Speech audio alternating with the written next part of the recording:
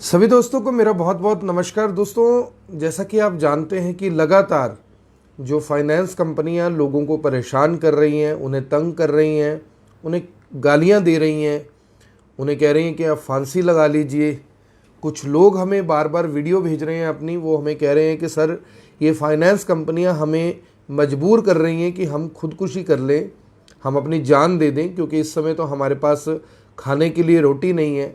2 वक्त की रोटी का जुगाड़ बहुत मुश्किल से हो पा रहा है। लेकिन जो ये फाइनेंस कंपनी है, ये लगातार हम पर दबाव बना रही हैं कि हम इनका पैसा चुकाएं। देखिए, जाहिर तौर पर अगर किसी ने पैसा लिया है तो पैसा उसे चुकाना पड़ेगा, पैसे में छूट नहीं मिल सकती, ये बिल्कुल सच है। लेकिन यहाँ पर सवाल ये उठता है कि जो लगातार हमारे पास फ़ोन आ रहे हैं, जो लोग हमें संपर्क कर रहे हैं, आखिर ऐसा क्यों है कि लोग एक ही कंपनी का, 2 ही कंपनियों का, 3 ही कंपनियों का नाम ले रहे हैं। आप जानते हैं कि बजाज फाइनेंस के खिलाफ लगातार जो भी शिकायतें हमारे पास आ रही हैं, जो जनता तक, सरकार तक, बजाज फाइनेंस तक, सभी तक पहुंचनी चाहिए, हम वो सभी खबरें चला रहे हैं। आईडीएफसी बैंक की भी शिकायतें आई, महिंद्रा एंड महिंद्रा फाइनेंस की भी शिकायत आई। लेकिन सवाल यहाँ पर यह है कि किसी सरकारी बैंक की शिकायतें क्यों नहीं आ रही। सवाल यहाँ पर यह है कि जो सरकारी बैंक हैं वो क्यों परेशान नहीं कर रहे लोगों को। किस्तें तो उनको भी चाहिए।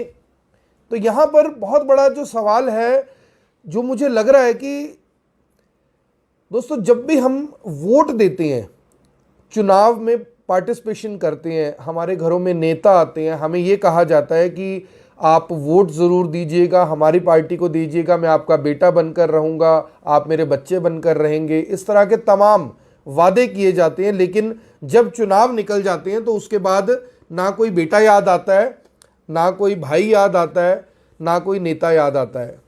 यानी कि नेताओं को हम सब यानी नेता भूल जाते हैं कि हम सब ने उन्हें कुछ बनाया था अपनी ज़रूरतों को पूरा करने के लिए, अपनी सहायता करने के लिए, ज़रूरत के समय काम आने के लिए।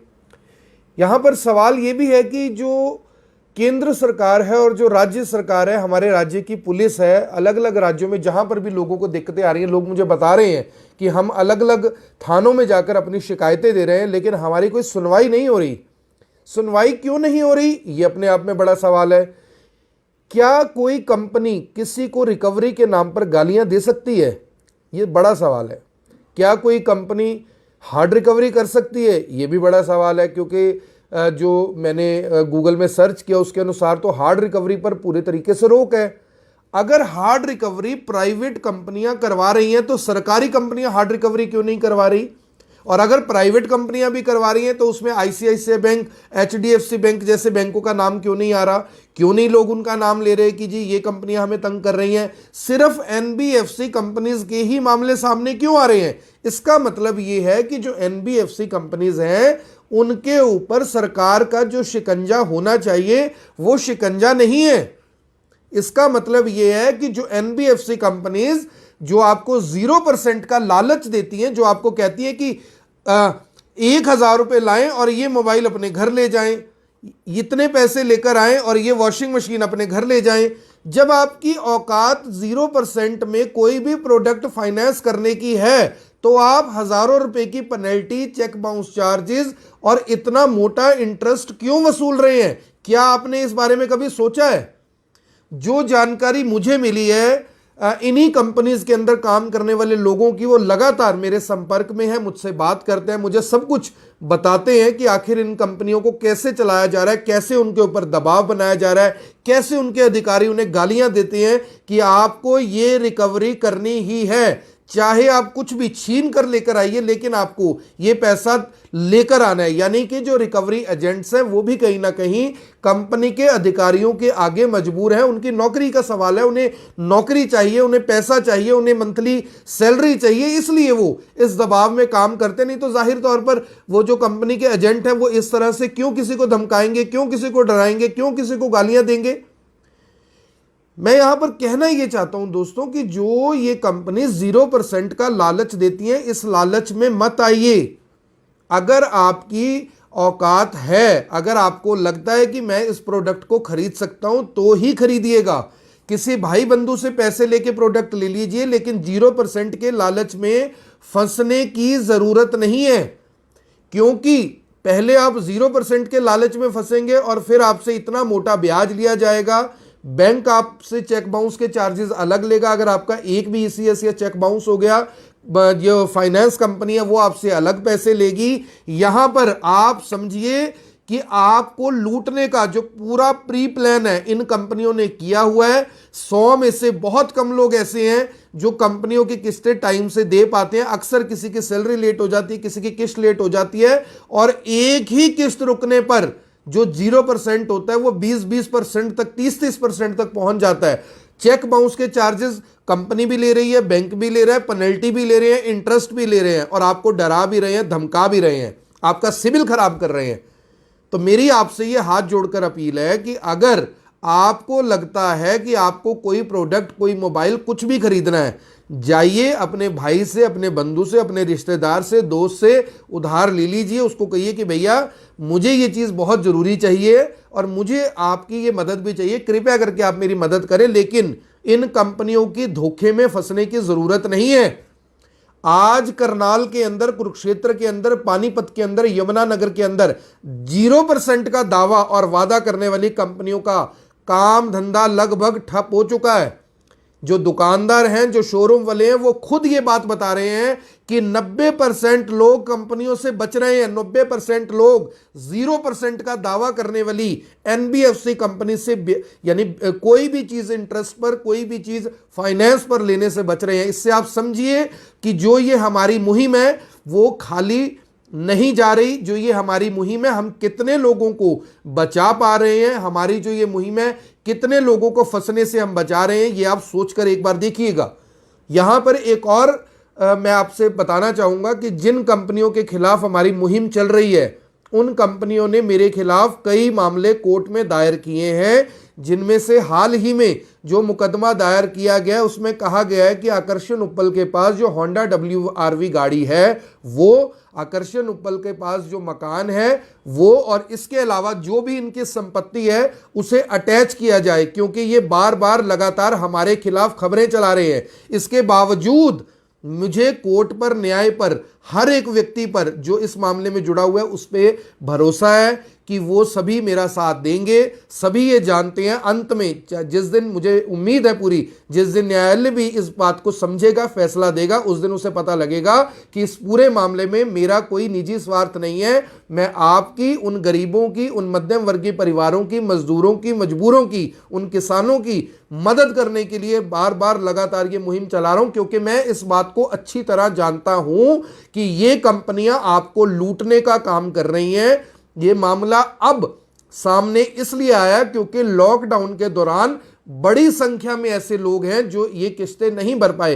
पहले भी होते होंगे, शायद उनकी संख्या इतनी ज्यादा नहीं थी, लेकिन इन एनबीएफसी कंपनीज ने लोगों का जीना मुश्किल कर दिया। लोग इस समय त्राही त्राही कर रहे हैं, लेकिन ये लोग, ये जो कंपनियां हैं, इनके जो रिकवरी एजेंट है, ये लोगों को डरा रहे हैं, धमका रहे हैं, उन्हें गालियां दे रहे हैं, फांसी पर चढ़ने के लिए कह रहे हैं। मैं हैरान हूं इस देश के कानून के ऊपर, इस संविधान के ऊपर, जिसने आम आदमी को एक भी ऐसा अधिकार नहीं दिया कि वो इस मामले को लेकर कहीं पर शिकायत दे और उसकी शिकायत पर कार्रवाई हो। और यही कारण है कि उन कंपनियों के ऊपर किसी तरह की कोई कार्रवाई नहीं हो पा रही।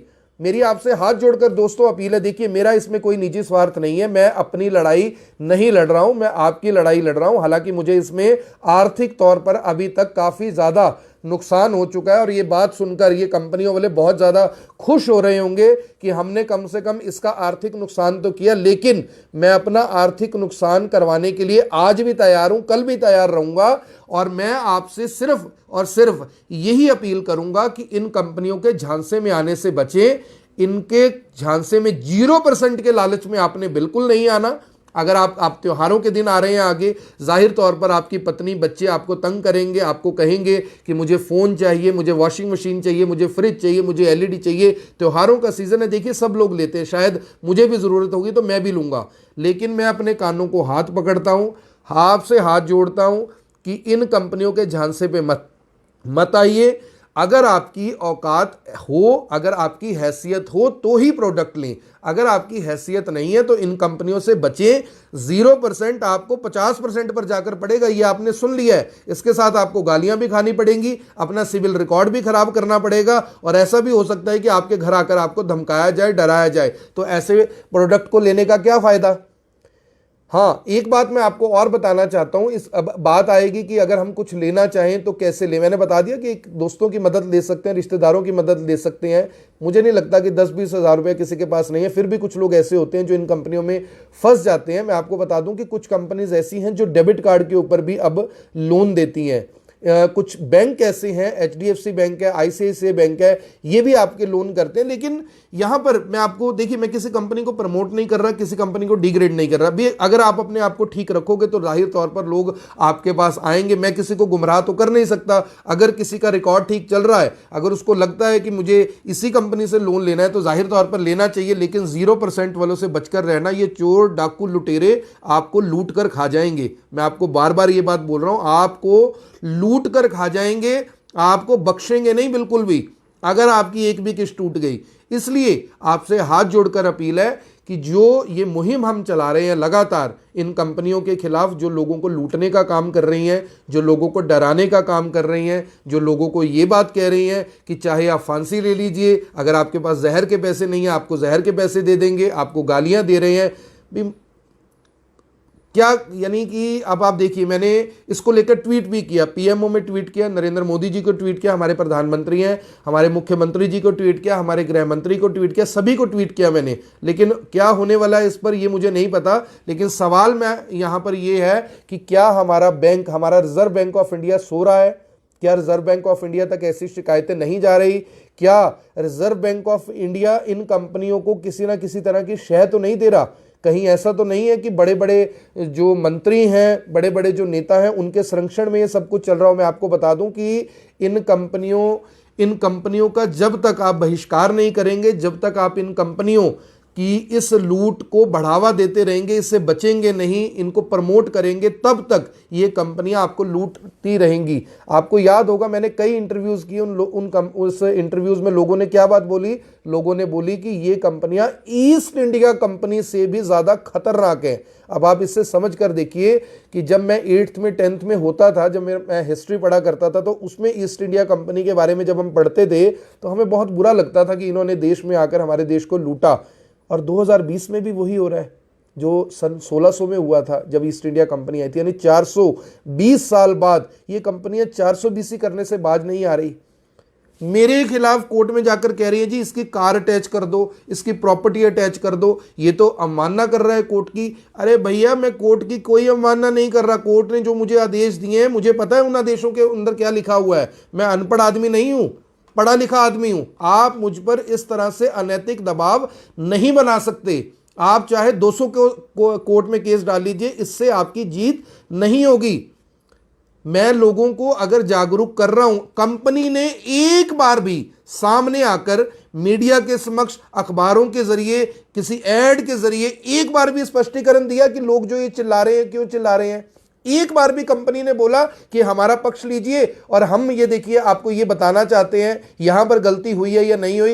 ये जो कोर्ट में आप लगातार मामले डाल रहे हैं, इससे आकर्षण उपल तो कम से कम डरने वाला है नहीं। हिसार वालों को आपने डरा लिया, मुझे पता है। उस बेचारे का तो क्या हाल हुआ था, रात को नींद नहीं आ रही थी, मुझे वो फोन करता था कि सर ये मुझे नोटिस भेज रहे हैं, मैं क्या करूं। यमुनानगर वालों को आप डरा सकते हो, पंजाब वालों को डरा सकते हो, दिल्ली वालों को डरा सकते हो, आकर्षण उपल डरने वाला नहीं है। आप मुझे नहीं दबा सकते। मेरा तो जन्म ही 15 अगस्त का है, मेरे तो विचार ही भैया 15 अगस्त जैसे क्रांतिकारियों वाले विचार है।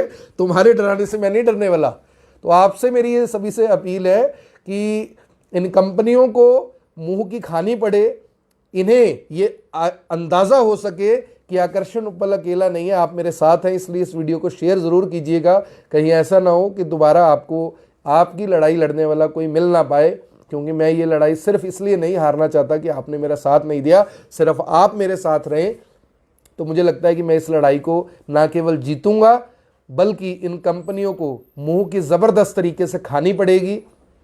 मुझे माननीय न्यायालय पर पूरा भरोसा है। जैसे उन्होंने मुझे हाई कोर्ट में राहत दी बजाज फाइनेंस वर्सेस आकर्षण उपल वाले मामले में, वैसे ही जिला अदालतों में जो मेरे खिलाफ इन्होंने केस लगातार डाले हैं उसमें भी मुझे राहत मिलेगी। मुझे न्यायालय पर पूरा भरोसा है, क्योंकि अब लड़ाई लड़ रहे हैं तो भैया देखो, भागेंगे तो है नहीं, या जीतेंगे या हारेंगे, भागेंगे नहीं। इस बात का अंदाजा कंपनी को अभी तक हो चुका है कि लगातार हम केस पे केस फाइल करते जा रहे हैं, लेकिन ये लगातार हमारे खिलाफ इस तरह की वीडियो क्यों चला रहा है? क्योंकि मेरी जवाबदेही किसी कंपनी को नहीं है, मेरी जवाबदेही आपको है, मेरे दोस्तों को है, मेरे 21 लाख फॉलोअर्स को मेरी जवाबदेही है। इस कंपनी को मेरी कोई जवाबदेही नहीं है, ना मैं इस कंपनी को कोई जवाब देने के लिए बाध्य हूं। ये वकीलों के जरिए लड़ाई लड़ रहे हैं, मैं भी वकीलों के जरिए लड़ाई लड़ रहा हूं। अगर मुझे आर्थिक तौर पर कोई जरूरत हुई तो मैं अपने दोस्तों से, अपने मित्रों से, आप सभी भाइयों से हाथ जोड़कर निवेदन करूंगा, अपील करूंगा कि आप मेरा आर्थिक रूप से सहयोग करें। अगर मुझे लगेगा कि कहीं मैं फाइनेंशियली कमजोर हो रहा हूं, मेरा पैसा ज्यादा खर्च हो रहा है, हालांकि अभी तक मैं इस काम में लाखों रुपए खर्च कर चुका हूं, ये मैं बता रहा हूं, दोबारा बता रहा हूं कि मैं इस काम में, जो बजाज फाइनेंस और आकर्षण उपल वर्सेस केस चल रहे हैं अलग अलग जगह पर, मैं इस काम में अभी तक लाखों रुपए खर्च कर चुका हूं। अभी मेरी कैपेसिटी और है, मैं और खर्च कर सकता हूं। अगर मुझे कहीं दिक्कत आएगी तो मैं अपने दोस्तों से, अपने मित्रों से सहयोग लूंगा, जो कि मुझे अभी भी, मैं आपको बता दूं, मैं उन दोस्तों का धन्यवाद करना चाहता हूं जो अभी भी यानी कि मुझे लगातार संपर्क करते हैं, मेरे आर्थिक सहयोग के लिए मुझसे बात करते हैं। कुछ दोस्तों ने मुझे आर्थिक सहयोग, कुछ मित्रों ने मुझे आर्थिक सहयोग दिया भी है। कुछ लोग फेसबुक पर जुड़े हुए हैं, मैं उन्हें नहीं जानता, लेकिन फेसबुक पर लंबे समय से जुड़े हुए हैं। कुछ करनाल के मेरे दोस्त हैं जिन्होंने मेरी मदद की, कुछ सरकारी अधिकारी हैं जिन्होंने मेरी मदद की, मैं उनका भी आभारी हूँ। मैं नाम किसी का नहीं लेना चाहता, क्योंकि सभी लोग चाहते हैं कि कुछ चीज़ें पर्दे के पीछे रहें तो बेहतर है। और जो मेरे एक दोस्त हैं, सरकारी अधिकारी हैं, बहुत ईमानदार नेक व्यक्ति हैं, उन्होंने भी मेरी मदद की।